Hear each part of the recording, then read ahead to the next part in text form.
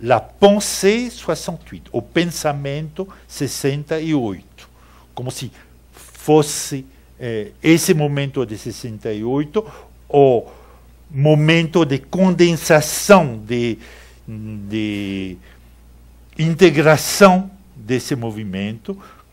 E o pensamento 68 é o título do livro do Luc Ferry e Alain Renaud contra os mestres dos anos 60 e 70.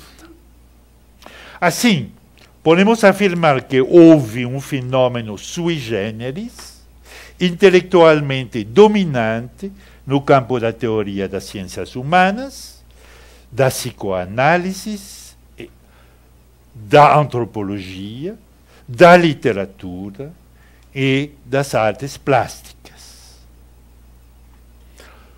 No entanto, é preciso notar que nunca e de nenhuma maneira este movimento do pensamento ficou unificado, contrariamente ao que pretende o livro O Pensamento 68.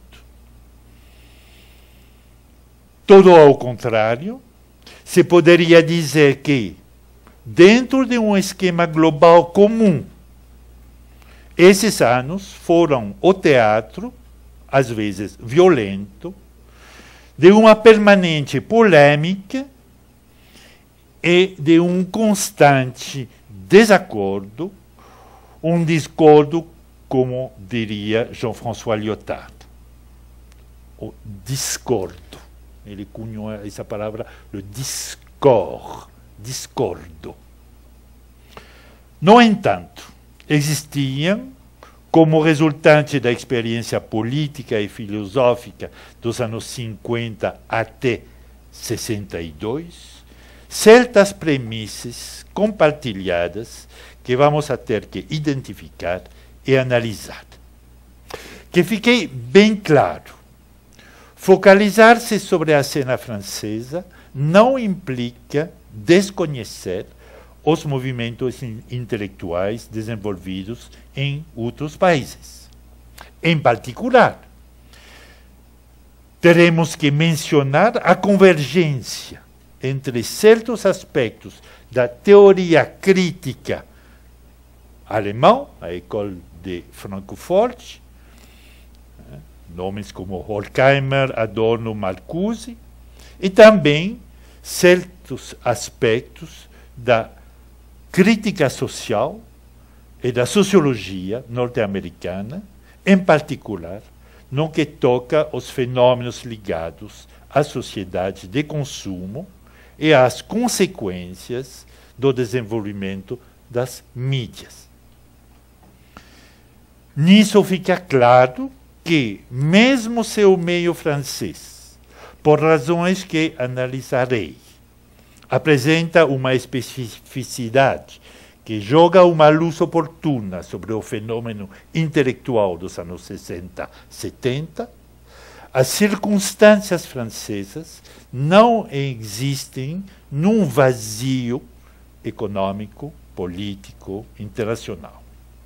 Todo ao contrário, este contexto se repercute sobre a situação francesa, mas, por outro lado, se pode dizer que, talvez por última vez, a França gozou de uma certa autonomia de pensamento, exatamente no momento em que se encerrara o ciclo centenário do seu imperialismo. Na véspera de virar uma potência média, de se integrar ao processo de globalização, a França emite um signo potente de afirmação intelectual, de afirmação da sua singularidade no contexto europeu e global. Momento excepcional.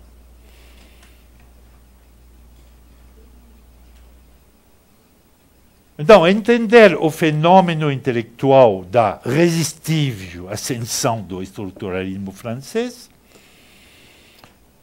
que foi um fenômeno intelectual, editorial,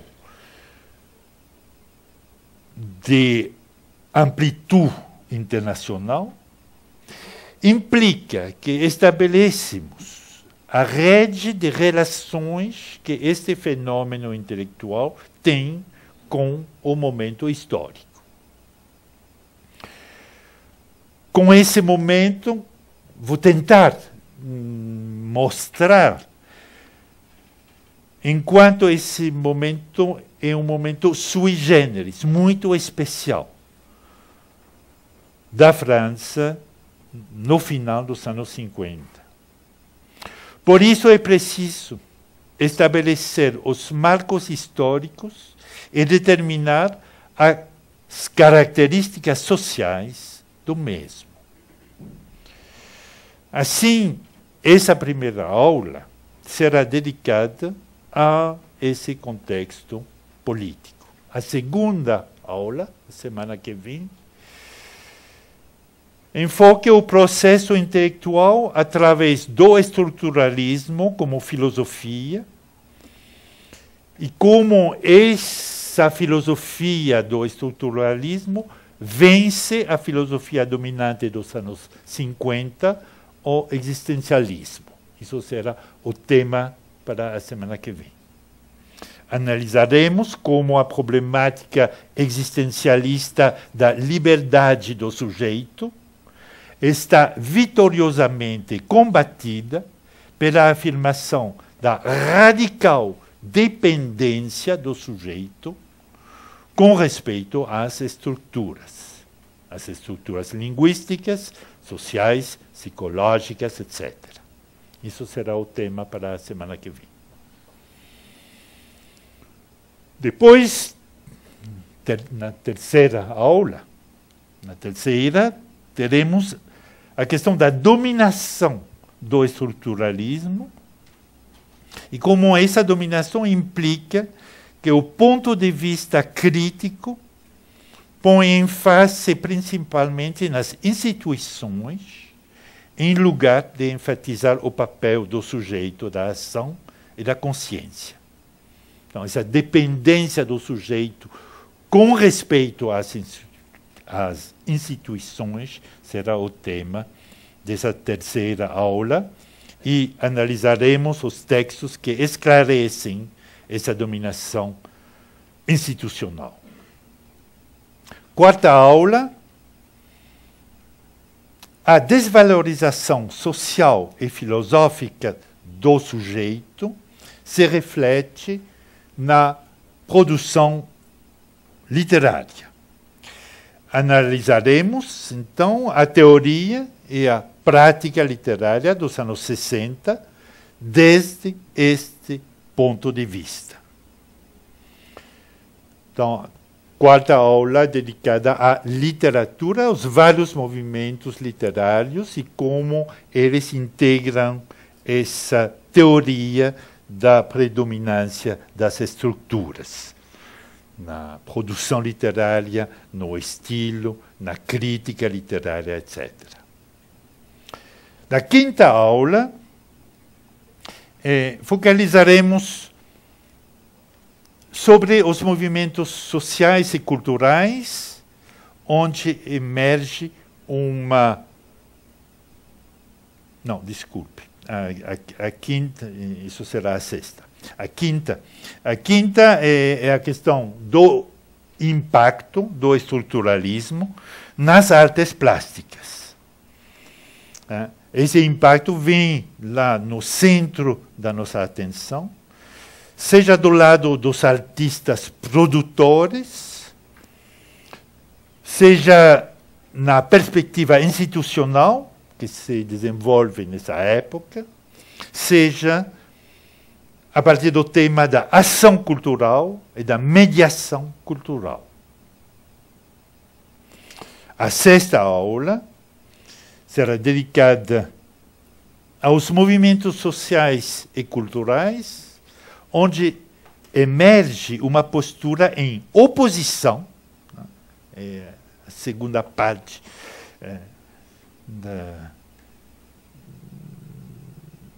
do processo, quando cresce a oposição ideológica ao estruturalismo dominante. Muitas vezes, contemporânea do estruturalismo dominante, veremos como se organiza uma postura de combate contestadora nos campos da arquitetura, da vida cotidiana. Vou falar dos movimentos situacionistas, da valorização do trabalho que se faz a partir das margens da sociedade e da afirmação das diferenças. O tema da diferença vai ficar no centro da nossa atenção durante esse sexto seminário. E na última aula, ela analisará os fundamentos filosóficos e epistemológicos da fase histórica que põe um fim à dominação do estruturalismo. É interessante porque vamos retomar algumas figuras fundamentais como Foucault e Roland Barthes, mas na última parte da sua obra, quando eles abandonam a postura que eles tinham adotado anteriormente para criar, através do livro de Barthes, a Câmara Oscura, não, Câmara Lúcida, da Chambre Claire, perdão, Clara, a Câmara Clara, e a hermenêutica do sujeito do Foucault. Bom, assim você tem um pouco a perspectiva geral do desenvolvimento do nosso seminário. E agora quero começar com o primeiro tema, que é o contexto histórico e social da emergência do estruturalismo francês. Quero analisar sucessivamente três aspectos. Primeiro, situar essa emergência no contexto histórico, econômico, político da França. Segundo, analisar o quanto uma fração da sociedade francesa, aquela que vamos chamar de inteligência, jogou um papel particularmente importante durante esse período. E, enfim, terceiro ponto, terceiro aspecto, estudaremos os temas que mobilizam os atores intelectuais do período. Mas, antes de voltar aos tempos da Segunda Guerra Mundial, que é um pouco o ponto de partida dessa retomada histórica do período, é preciso explicitar que, no meu ponto de vista, a emergência do pensamento estruturalista francês remete fundamentalmente às transformações da sociedade francesa nos anos 50.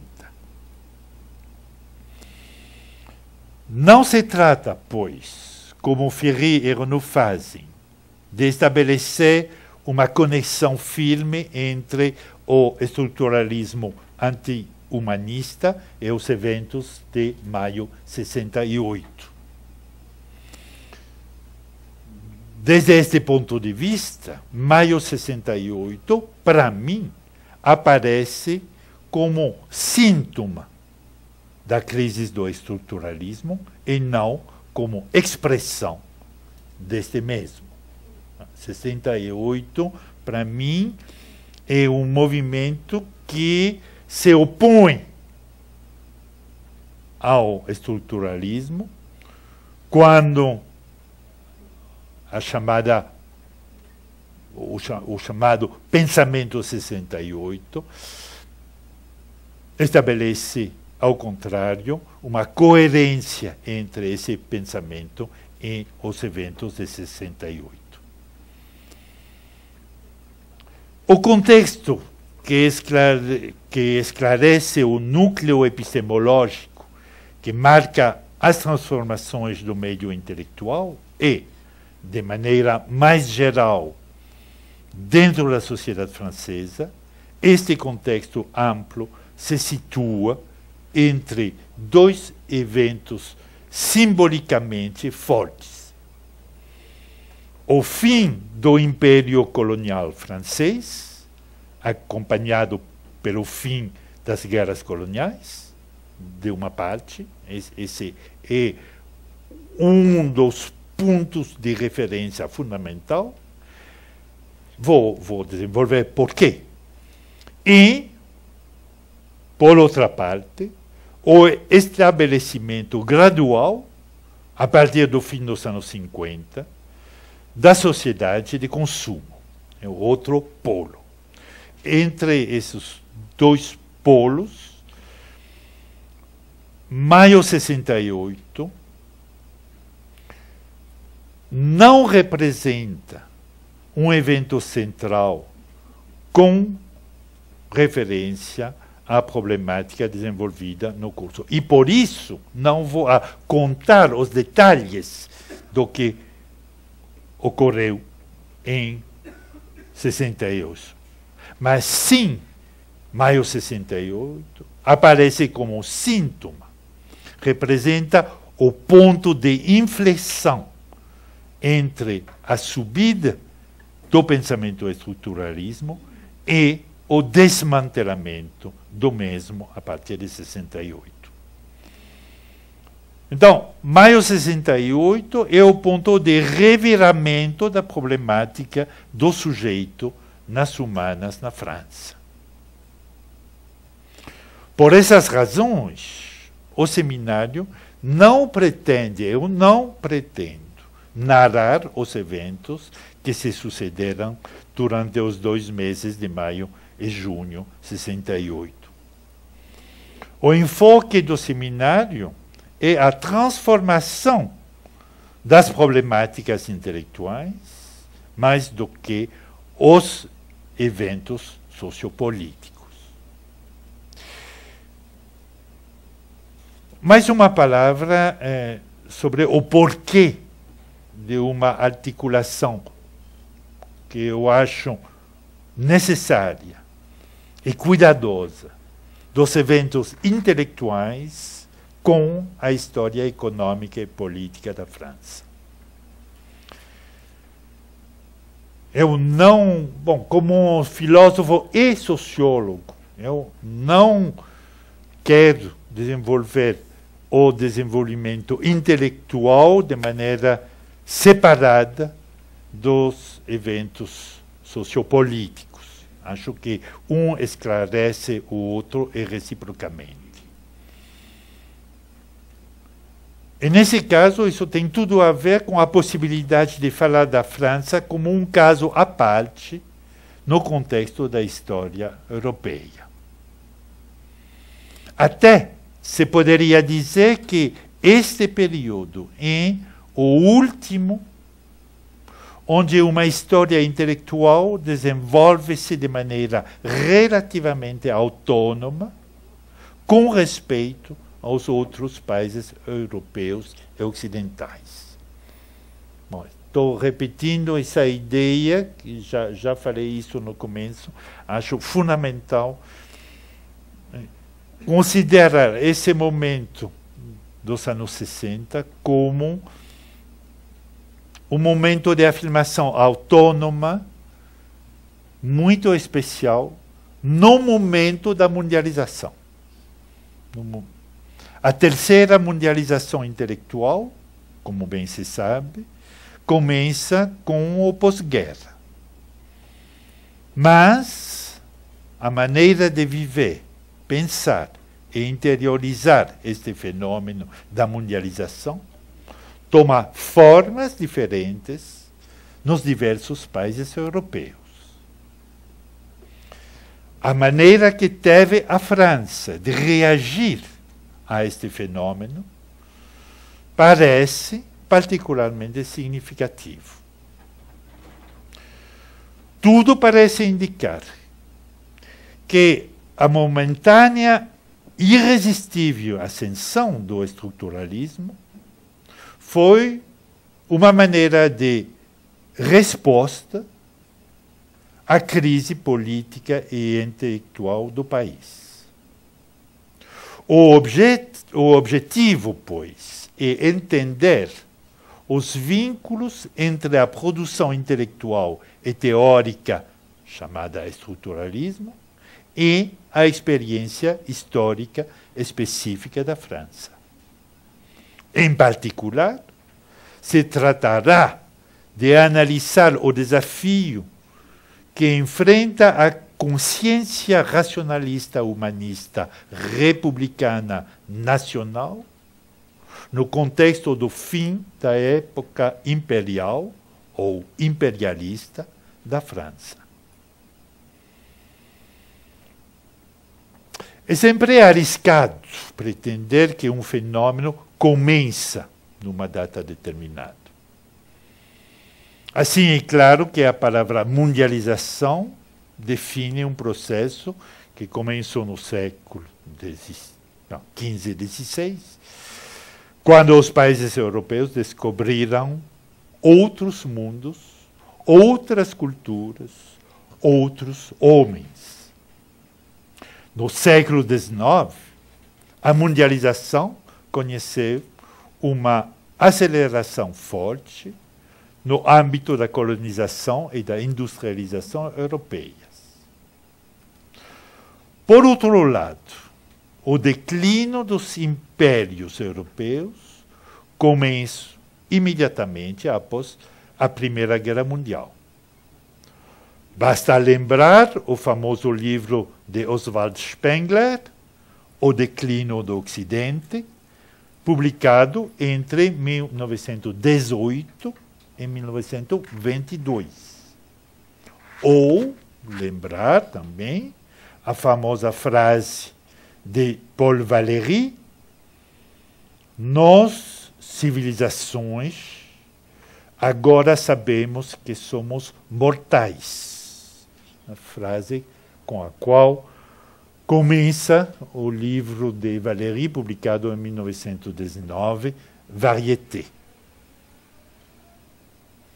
Talvez, pela primeira vez, aparece no Ocidente a ideia de que as nossas culturas, as nossas sociedades ou civilizações fazem parte não da eternidade, mas de um ciclo biológico e natural, com emergência, desenvolvimento, decadência e morte, tal como as plantas. Após a Primeira Guerra Mundial, o declínio do Ocidente, esse livro do Oswald Spengler, impõe a ideia de um tempo cíclico e, logicamente, põe fim à epopeia faustiana do positivismo e da ideologia do progresso permanente. Isso é o trauma fundamental que sucede à Primeira Guerra Mundial nos países europeus. Após 2 séculos de pensamento otimista, 2 séculos durante os quais o Ocidente se pensava a si mesmo como ponto final da evolução forçosamente progressista do mundo, da civilização, pela primeira vez, ele teve que tomar consciência não só da sua fragilidade, da sua mortalidade, mas do fato de que ele se sustentava, esse mundo ocidental, se sustentava de uma ideologia que fazia dele como a forma necessária ótima da evolução histórica. Finalmente, após a Segunda Guerra Mundial, o Ocidente se dá conta de que, apesar do seu poder e da sua confiança em si, era nada mais que uma forma histórica passageira, uma das formas possíveis em termos de civilização. E não o ponto final, o ponto como teleológico da evolução humana. Na consciência europeia, isso é nada menos que um terremoto, um cataclismo que afeta o coração da mente europeia, que afeta o coração do seu poder intelectual, o seu racionalismo pragmático. O pragmatismo é a razão de ser tradicional do otimismo racionalista europeu.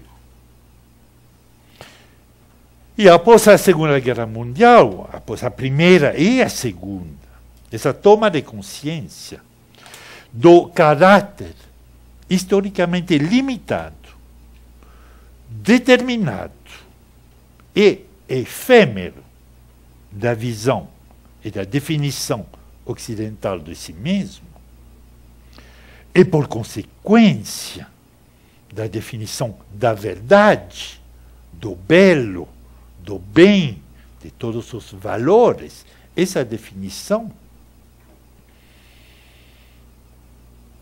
tudo isso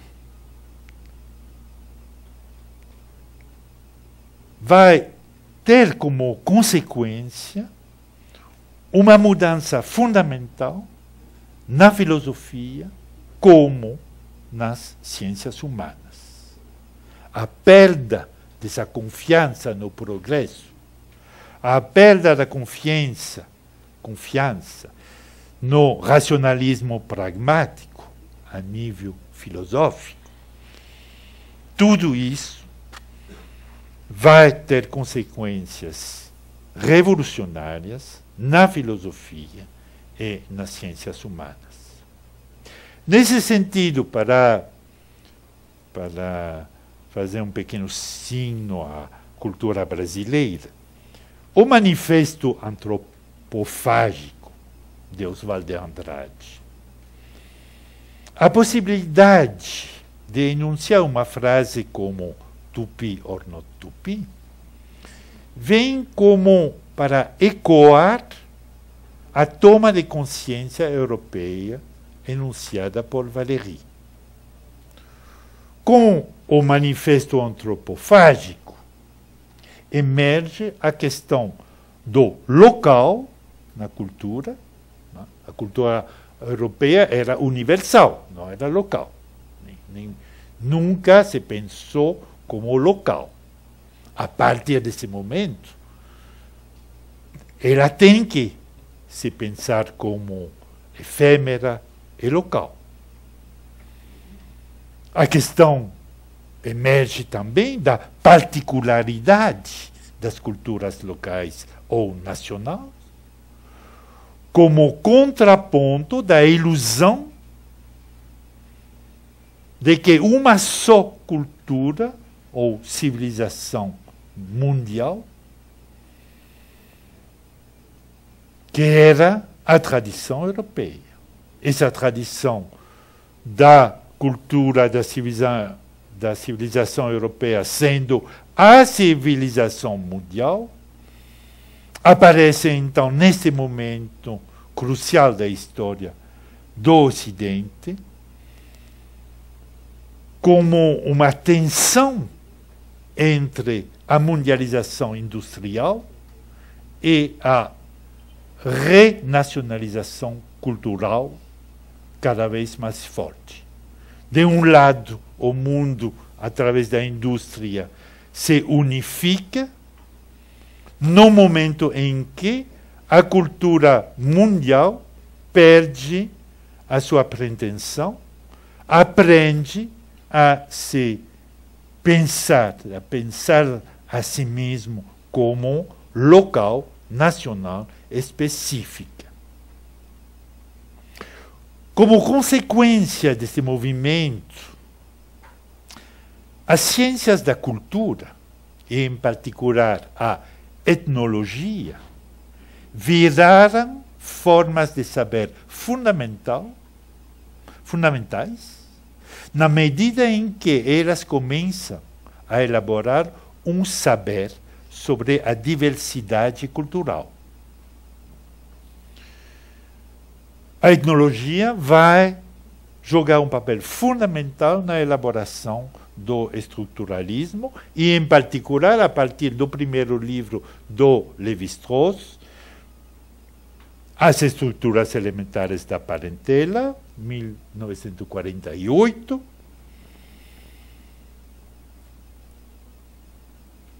e, sobretudo, o segundo livro do Lévi-Strauss, publicado em 1956, Antropologia Estrutural.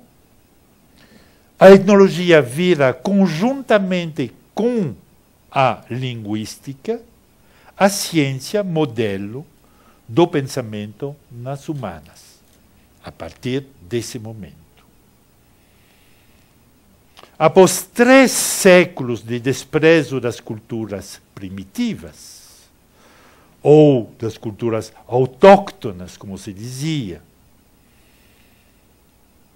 aquelas que foram supostamente descobertas pelos viajantes europeus,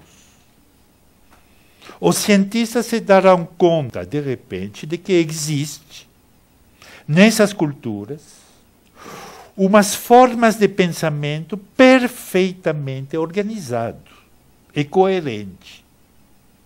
Aquele que Lévi-Strauss chamará de pensamento selvagem, pensée sauvage, no seu livro publicado em 1962, sobre o qual vou comentar a semana que vem.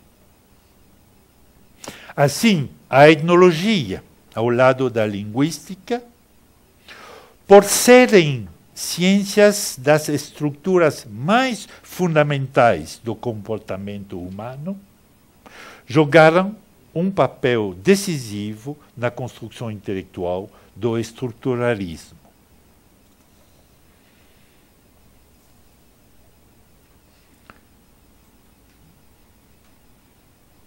Agora, segundo ponto,